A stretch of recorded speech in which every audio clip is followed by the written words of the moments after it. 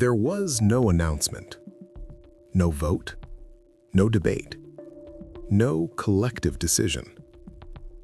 One day, the food people ate required preparation. It came in forms that had to be handled, cleaned, cooked. It connected you to time, the time it took to make it ready. And then, gradually, it didn't. Somewhere between one generation and the next, food became something else. Not in theory, not in ideology, just in practice. The change didn't feel like a change. It felt like convenience, like progress, like the natural direction of a modern life. Nobody questioned it because there was nothing dramatic to question. But over decades, something fundamental shifted. Not just in what people ate, but in how eating itself worked. How it fit into a day. How it related to the body. How normal felt. This is the story of how food stopped requiring your participation, and how quietly that reshaped everything. If this perspective feels different, you're not alone. In the early 20th century, eating required involvement. Not ceremony, not ritual, just time. You bought ingredients, you prepared them, you cooked them, you served them, then you cleaned up. This wasn't ideology, it was structure. A chicken arrived whole. Vegetables arrived with dirt still on them. Bread went stale within a day or two. Milk spoiled quickly. Food demanded attention because it was perishable, because it was alive in a sense, even after harvest or slaughter. It was still breaking down, still changing. People planned around this. Meals happened at certain times because preparation took time. Dinner wasn't instant. It was the result of an afternoon's work or morning's planning. Mothers mostly managed this. It was expected. It was labor, though rarely named as such. But the labor created rhythm. You shopped multiple times a week because food didn't last. You cooked because there was no alternative. You ate together because the meal had been made and it would spoil if left. This wasn't virtue, it was necessity. Growing up, children watched food being made. They saw raw ingredients become meals. They understood implicitly that eating required something before it. There was a physical relationship. You touched food, you smelled it, you judged ripeness, freshness, quality. You made decisions about whether something was still good. Waste happened, but it was visible. A piece of fruit rotted on the counter. Bread hardened. Leftovers dried out. Nothing lasted forever. Eating was woven into the day because it had to be. It created pauses. It structured mornings and afternoons and evenings. It wasn't romanticized. It was simply how life worked. And then the infrastructure began to change. Not the food itself at first, the systems around it. Refrigeration became more common in homes by the 1930s and 1940s. That alone extended the life of ingredients. It created new possibilities. You could buy more at once, store it longer, plan less frequently. Grocery stores began to replace small markets and street vendors. They centralized access. They standardized availability. And they began to carry things that didn't behave like food used to behave. Things that lasted longer. Things that required less. Things that saved time. The language around food started to shift, though no one noticed it happening. Convenient, modern, efficient. These weren't accusations, they were aspirations. The housewife, still the default manager of the household, was told that her time mattered, that she deserved ease, that technology could liberate her from drudgery. And it could. But liberation came with a cost that wouldn't be visible for decades. Because the more food required less, the less you interacted with it. And the less you interacted with it, the less you understood it. The decision wasn't made in a single room. It was made across boardrooms, laboratories, factories, and government offices over the course of decades. It was made by people trying to solve real problems.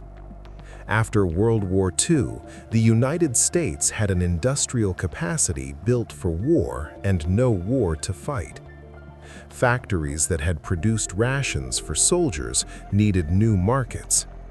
Food companies had learned how to preserve, package, and ship food to troops in extreme conditions. They had developed techniques for extending shelf life, for creating portable nutrition, for making food that didn't spoil.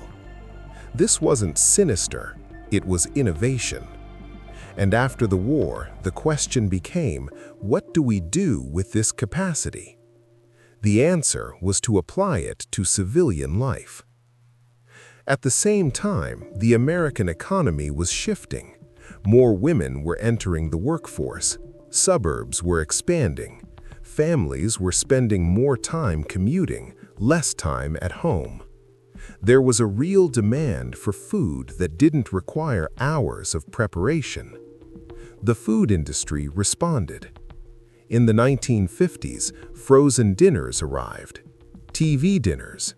You could buy a complete meal in a foil tray, heat it, and eat it in front of the television. It wasn't gourmet, but it was fast. Canned goods became more diverse. Soups, vegetables, fruits, sauces, things that used to require slow cooking or seasonal availability now came in shelf-stable forms. Boxed mixes appeared, cake mixes, pancake mixes, instant mashed potatoes. You still did something. You still added water or eggs or milk, but the process had been shortened, simplified. The reasoning was sound. Why should a woman spend 3 hours making a cake from scratch when she could make one in 30 minutes? Why should families eat poorly because no one had time to cook? Why should food be a burden when it could be a solution? These were reasonable questions, and the answers felt like progress. Then came the next phase. By the 1960s and 1970s, food science had advanced further. Ingredients could be broken down, reassembled, fortified, and enhanced. Hydrogenation allowed oils to remain solid at room temperature. This created margarine, shortening, and a whole category of fats that didn't spoil. High fructose corn syrup replaced sugar in many products. It was cheaper, it mixed better, it extended shelf life. Preservatives became standard, not as a luxury, but as a necessity for the scale at which food was now being produced and distributed. Flavor enhancers made low-quality ingredients taste better. Texturizers made processed food feel more like real food. Color additives made it look fresh even when it wasn't. None of this was secret. It was printed on labels, it was regulated by the FDA, it was studied in labs. The companies doing this weren't hiding. They were innovating. They were responding to consumer demand. They were competing. And consumers wanted cheap, convenient, consistent food. Grocery stores wanted products that could sit on shelves for months without spoiling. Farmers wanted buyers who could purchase massive quantities. Everyone in the chain had an incentive. The decision to industrialize food wasn't a conspiracy. It was a convergence of interests. It made financial sense. It made logistical sense. It made cultural sense for a society that was moving faster, working more, and spending less time at home. Food became a product, engineered for efficiency. And efficiency, at the time, seemed like an unambiguous good. The shift didn't happen overnight. It happened in grocery aisles, in advertisements, in kitchens. At first, processed food coexisted with traditional food. You still bought fresh vegetables. You still cooked from scratch sometimes. But the balance began to tip. Processed food was marketed as modern, as smart, as the choice of the forward-thinking family. Advertisements showed happy housewives serving meals in minutes, smiling children eating colorful cereals, families gathered around convenient dinners. The message was clear. This is what progress looks like. And people believed it because in many ways it was true. Life was faster. Processed food kept up. Mothers who worked outside the home could still feed their families. Families with less money could buy shelf-stable food that didn't spoil. Children could eat breakfast without someone spending an hour in the kitchen. This was real convenience, real relief. But convenience has a way of becoming expectation. Once you've tasted food that requires no preparation, food that does require preparation starts to feel like an inconvenience. Once your schedule depends on fast meals, slow meals become impractical. Once a generation grows up eating processed food, it becomes the standard. By the 1980s and 1990s, processed food wasn't just common, it was dominant. Grocery stores dedicated more and more shelf space to it. The center aisles, where packaged, boxed, canned, frozen food lived, expanded. The perimeter, where fresh food lived, remained, but it was no longer the default. Fast food chains, which had started in the 1950s, exploded. McDonald's, Burger King, Wendy's, Taco Bell. Eating outside the home became routine, not special, not occasional, routine. Drive-thrus meant you didn't even have to leave your car. Microwaves became standard in homes, which meant food could be ready in minutes, not hours. Snack food became a category of its own. Chips, crackers, bars, cookies. Things designed to be eaten between meals, on the go, without thought. Portion sizes grew. Plates got bigger, servings got bigger. Caloric density increased. But none of this felt dramatic. It felt like choice, like abundance, like freedom. The language around food changed too. Homemade became a special category, a luxury, something you did on holidays or when you had time. Fresh became a marketing term, not a description of reality. Natural appeared on labels, even for products that had been heavily processed. Children stopped learning how to cook, not because anyone decided they shouldn't, but because there was less need, less observation. You couldn't watch someone make food if food came pre-made. Generational knowledge, the kind passed down through watching, through helping, through repetition, began to erode. People started to lose the ability to judge food. They couldn't tell if something was fresh because they hadn't seen fresh in comparison. They couldn't tell if something was good because their palates had been shaped by salt, sugar, and fat in amounts that didn't exist in nature. Taste itself normalized. And once taste normalized, so did eating. Processed food wasn't a deviation, it was the standard. Fresh food became niche, expensive, aspirational. This wasn't anyone's explicit goal, but it was the result. Most of these changes didn't feel like decisions, they felt like progress. If this way of seeing history resonates, this channel may feel familiar to you. Decades passed. The children who grew up eating processed food became adults. They raised children on the same food. The infrastructure reinforced itself. Grocery stores stocked what sold.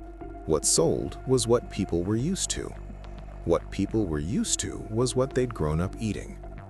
A cycle formed. But the body doesn't forget, even when the mind does. Humans evolved eating food that required chewing, that took time to digest, that signaled fullness gradually. Processed food behaves differently. It's softer, it breaks down faster, it requires less chewing. It's denser in calories but lighter in bulk. You can eat more without feeling full. It's engineered to be palatable, to hit pleasure centers in the brain that respond to salt, sugar, fat. This isn't accident, it's design. Food scientists understood that certain combinations created what they called bliss points, ratios of sweetness, saltiness, and fat that made people want to keep eating. The goal wasn't addiction, technically. The goal was preference. But the outcome was the same. People ate more. Not because they were hungry, because the food triggered the desire to eat. Portion sizes, which had grown steadily, became distorted. What was once considered a meal for two became a meal for one. What was once considered a snack became a meal. What was once considered excessive became normal. And the body adjusted, but not in ways that were sustainable. By the late 1990s and 2000s, obesity rates had climbed dramatically, not just in adults, in children. Diabetes, once rare, became common. Heart disease rates, which had been declining due to other medical advances, plateaued. Metabolic syndrome, a cluster of conditions linked to insulin resistance, became a standard diagnosis. These weren't mysterious conditions.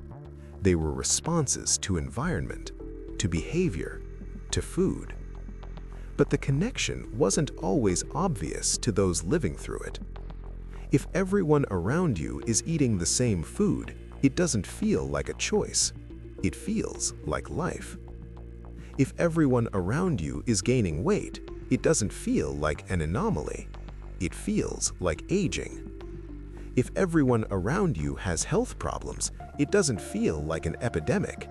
It feels like genetics, like bad luck. The body became a problem to manage, not a system to understand. People dieted, they exercised, they took medications. They tried to fix the symptoms without addressing the source, because the source wasn't visible. It was in every grocery store, every restaurant, every vending machine. It was in the food, but not in a way that could be easily isolated or blamed, because no single food was the problem. It was the totality, the constant availability, the hyperpalatability, the caloric density, the lack of satiety, the speed of consumption. The fact that food no longer required time meant food no longer required thought. You could eat all day without ever making a decision to eat. And the body, which evolved to manage scarcity, had no mechanism for managing abundance, especially not of this kind. Meanwhile, the culture adapted. Clothing sizes expanded, chairs got wider, seatbelts got longer. The new normal accommodated the new bodies. No one announced it, it just happened. This wasn't the story of villainy. It was the story of a series of decisions that made sense at the time. Decisions made for efficiency, for profit, for convenience, for survival in a changing economy. Each one in isolation was reasonable, but together, over decades, they created a system that fundamentally changed how humans relate to food and how food relates to the body. The consequences weren't immediate, which made them easy to ignore. A few extra pounds didn't matter. A slightly higher blood sugar reading didn't matter. A new medication didn't matter. But added up, over millions of people, over decades, they did. The normalization of processed food wasn't dramatic. It was quiet. It was so quiet that by the time people noticed, it had already become normal. And once something is normal, it's very hard to see it as anything else. This documentary didn't offer solutions. That wasn't its purpose. Its purpose was to show how a decision became normal, how normal became routine, and how routine reshaped everything. The question it leaves is not what to do. The question is, what else became normal without anyone noticing? This wasn't the last decision of its kind.